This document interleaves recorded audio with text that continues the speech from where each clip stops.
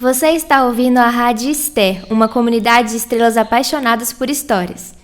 Siga a gente nas redes sociais, @maister. Eu sou Esther Rox, autora de Conectados pelas Estrelas, e vou fazer a leitura desse livro para vocês hoje. Preparados para se apaixonar por esses personagens? Então vamos lá. Capítulo 18. O mais baixo golpe. Era difícil saber por onde começar. A verdade não formava linhas perfeitas. Escolher por qual das montanhas sinuosas começar a desembolar a trilha de desentendimentos poderia tornar a história ainda mais confusa. Por mais longo que fosse, não havia nenhuma outra solução melhor do que se posicionar na linha de largada e fazer uma retrospectiva completa, revisitando os acontecimentos de modo a oferecer o original sentido a todos os fatos já conhecidos. Foi exatamente isso que o Sr. Park fez. Assim que virou o copo de Makgeolli apressadamente e voltou a se sentar na poltrona ao lado do piano. Sr. Park contou que antes de criar a Dreammakers, ele trabalhava na empresa de entretenimento de seu pai, a SKU. O pai dele e o pai do Sr. Lee eram amigos de infância e sempre foram apaixonados por música.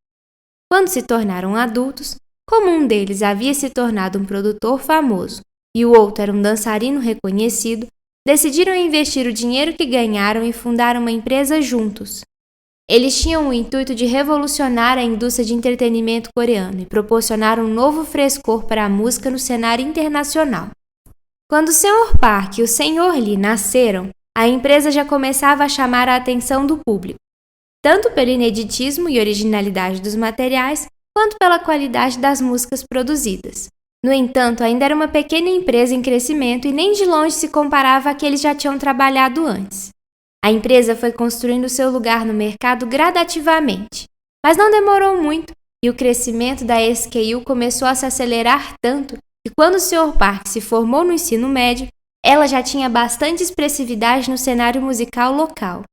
Wuna, que na época era uma atriz iniciante, era uma das maiores apostas da empresa. Assim que ela estreou em seu primeiro musical, o sucesso dela passou a crescer de forma estrondosa. Todos estavam deslumbrados com a beleza e o talento da jovem. Logo, ela já começava a roubar a cena e dominar todo o setor de propagandas. Coincidentemente, além de trabalharem juntos, Wuna e Sr. Park estudavam na mesma universidade. Com isso, os dois naturalmente acabaram se tornando bons amigos. O porte da empresa começou a crescer exponencialmente junto ao sucesso de Wuna, de modo que alguns anos depois ela já era a maior do segmento.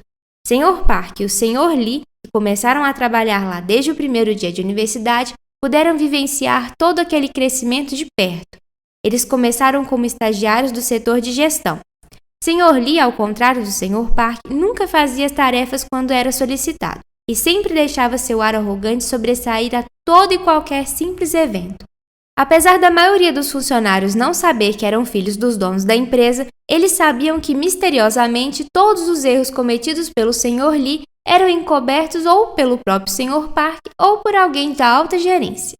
Sr. Lee nunca simpatizou com o Sr. Park, desde a primeira vez em que se viram, ainda quando crianças. O ódio que o Sr. Lee sentia crescia a cada elogio que seu pai fazia ao Sr. Park. Mas o grande evento divisor de águas no relacionamento deles foi quando sua paixão da adolescência, o Yeon-shira, se declarou para o Sr. Park. Desde então, Sr. Lee prometeu a si mesmo que faria de tudo para destruir a vida de seu arquirrival. Dra. Young era uma garota muito inteligente e sempre se destacou como uma das melhores alunas do colégio.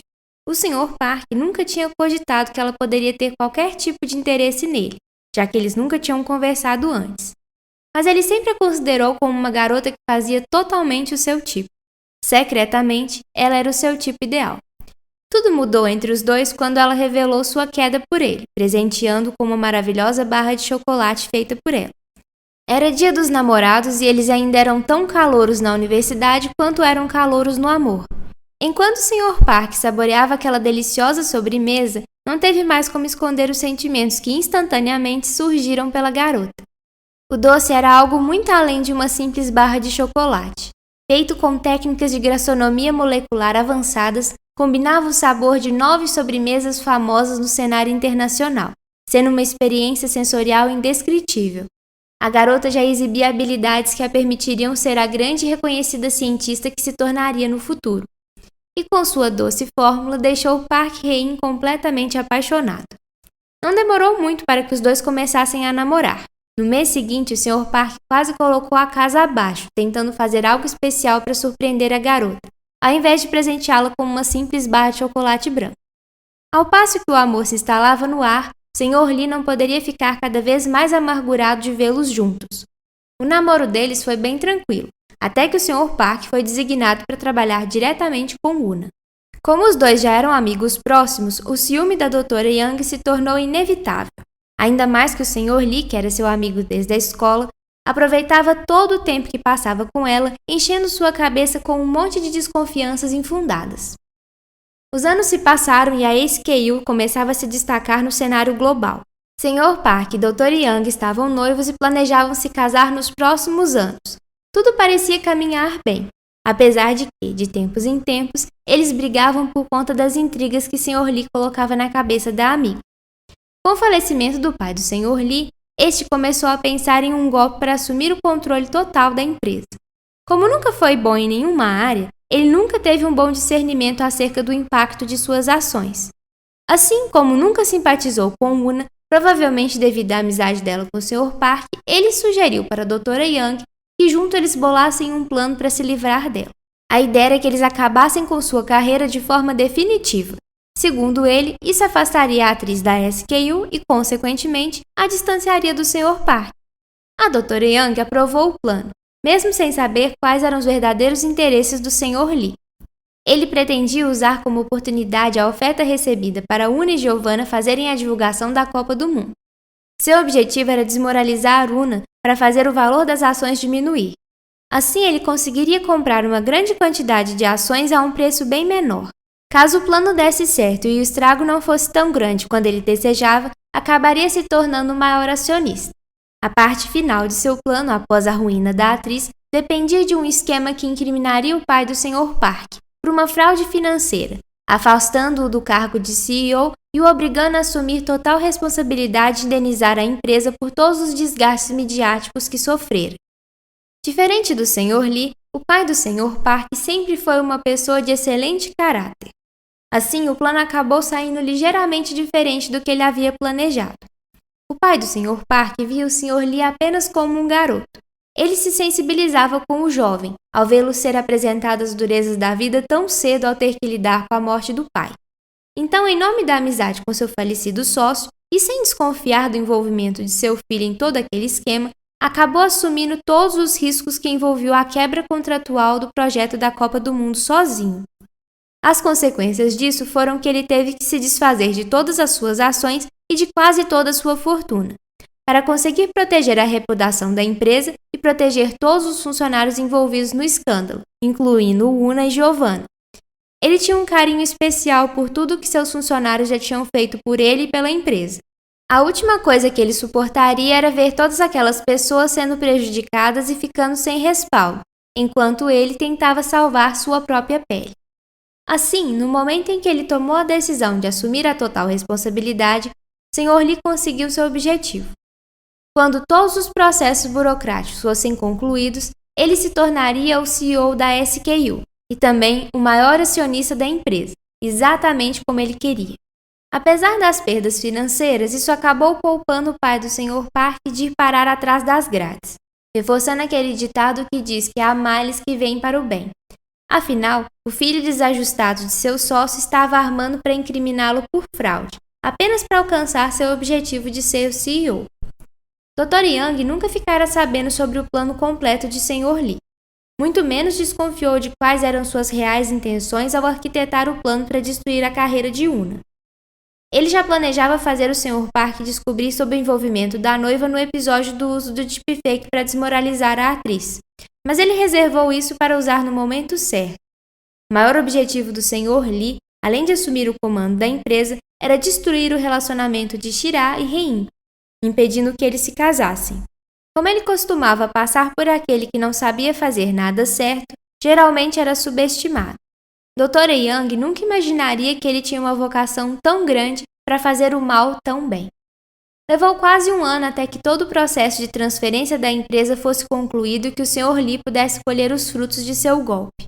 Com toda aquela loucura, os planos de casamento de Sr. Park e da Dra. Young tinham sido adiados, já que não havia nem clima nem condições financeiras para isso. Mas assim que os planos foram retomados, Sr. Lee fez questão de despejar o seu veneno e fazer com que o Sr. Park descobrisse de todo o envolvimento da Dra. Young no esquema. É claro que se resguardando para não produzir provas contra si mesmo. No mesmo dia em que Dra. Young tinha uma notícia muito importante para compartilhar com seu noivo, ele desfez o noivado e disse que nunca mais queria vê-la na sua frente. Sr. Park nunca contou a ninguém o motivo de ter terminado seu relacionamento de anos com Dra. Young. Por mais que ele a amasse, saber do que ela tinha sido capaz de fazer tornava impossível que ficassem juntos. Ele simplesmente não poderia suportar conviver com ela depois de saber que ela teve coragem de fazer com a empresa de seu pai e com sua amiga Una. Ele apenas dizia que ela não era a pessoa que ele pensava e que ela tinha feito algo horrível. Dra. Young, por sua vez, deixou a Coreia com um segredo ainda maior. Ela estava grávida. A outra novidade era que ela tinha acabado de ser contratada para assumir um departamento recém-criado pelo Sr. Lee, especialmente para ela na SKU. Com sua repentina mudança de endereço para os Estados Unidos, o Sr. Lee teve que mover os recursos necessários para que ela conseguisse trabalhar de lá. Alguns meses depois da contratação dela e de alguns ajustes gerenciais, o nome da empresa foi alterado para Kisso. Lina e Min-sok estavam estarrecidos com os episódios adicionais que completavam de modo inesperado a parte da história que eles já conheciam. Realmente, aquilo explicava o porquê da pasta do metrô ter o mesmo logo da empresa do Sr. Park já tinha trabalhado, do envolvimento romântico deles e da amizade da Dra. Young com o Sr. Lee. Mas ainda estavam curiosos para entender o que o Sr. Park tinha a ver com a morte do Junah. Ou melhor, queriam entender o que a câmera registrara em vídeo. Queriam saber o que ele estava fazendo no apartamento do idol em seus minutos finais. Sr. Park voltou a se dirigir ao minibar e procurou por algo mais forte. Claramente aquela parte era a mais difícil de todas para ele contar. Junah era meu filho, disse Sr. Park com uma voz trêmula e arranhada. Lágrimas escorriam de seus olhos. Ele apertava seus pulsos com tanta força que as unhas marcavam sua palma da mão, chegando a machucá-la em alguns pontos. Lina levou a mão à boca e não conseguiu conter sua surpresa. De todos os cenários que havia cogitado, ela nunca nem sequer tinha pensado em algo parecido com essa possibilidade. Ainda não sabemos alguns detalhes.